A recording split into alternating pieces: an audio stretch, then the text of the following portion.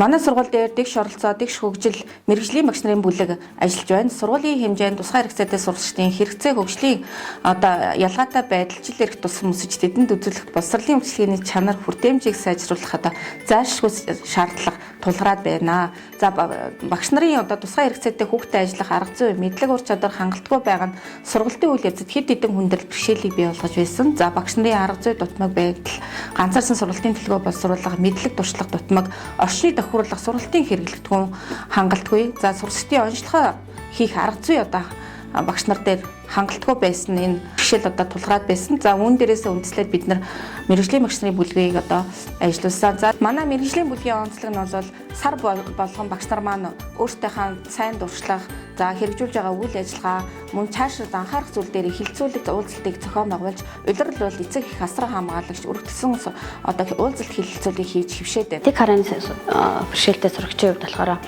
сургуульд орохдоо орон зайн баримжаас бол гарын жижиг булчин хөгжөөгүй, тэмдэрх мэдрэмж нь хөгжөөгүй юм сурагч байсан бол мэрэгжлийн бүлгээрээ хамтран ажилласнаар тус сурагчид тусгаалan хэрэглэхгүй боловсруулахаас гадна за сургуулийн тохируулах орчныг хийж ажиллаж байгаа. Ингэснээр сурагч маань гарын жижиг булчин хөгжиж, тэмдэрх мэдрэмж нь хөгжсөн. За битүүдийг тоолж таньж сурсан байгаа. За мөн сургуулийн орчинд бие дааж явж сурсан байгаа. Энэ нь болохоор мэрэгжлийн бүлгийн хамтарч ажилласны үр дүн гэж ойлгож байгаа.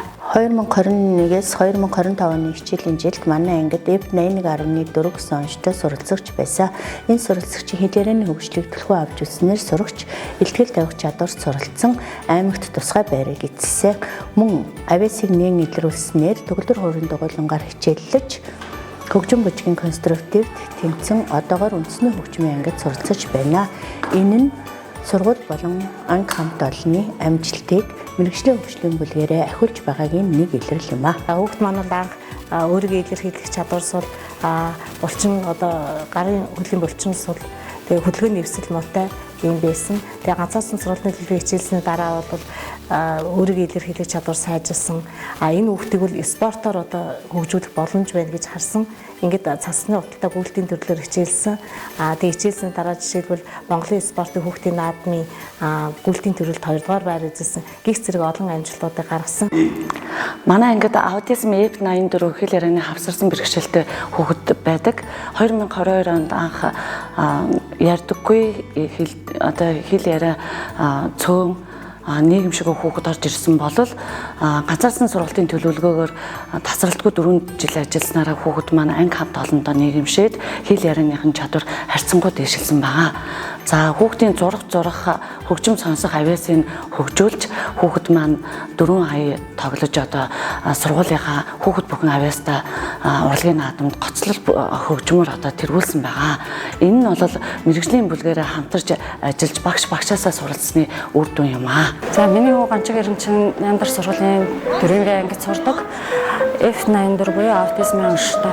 За энэ сургуульд ороод 4 жилийн хугацаанд өөрөө ярьж хоолндоо адиж бие дааж сурсан олонний дунд орж нийгэмшээд амжилттай хичээлүүд явж байна. Багш нарын мэрэгжлийн бүлэг ажилласнаар дараах манай сургууль дээр хүүхдүүд дээр маань үр дүн гарч байна. За анх судалгаа авахад хүүхдүүдийн 4 анги хүрээнд хүүхдүүдэд онцлоход бол 10-аас 20% байсан бол жилийн хугацаанд 5-аас 10% өссөн үзүүлэлттэй байна. Мөн багш нар дээр бие биесээ суралцах, багш нарын хоорондоо зөвлөгөө өгөх, санал солилцох, харилцан дэмжих тогтолцоо бий болсон.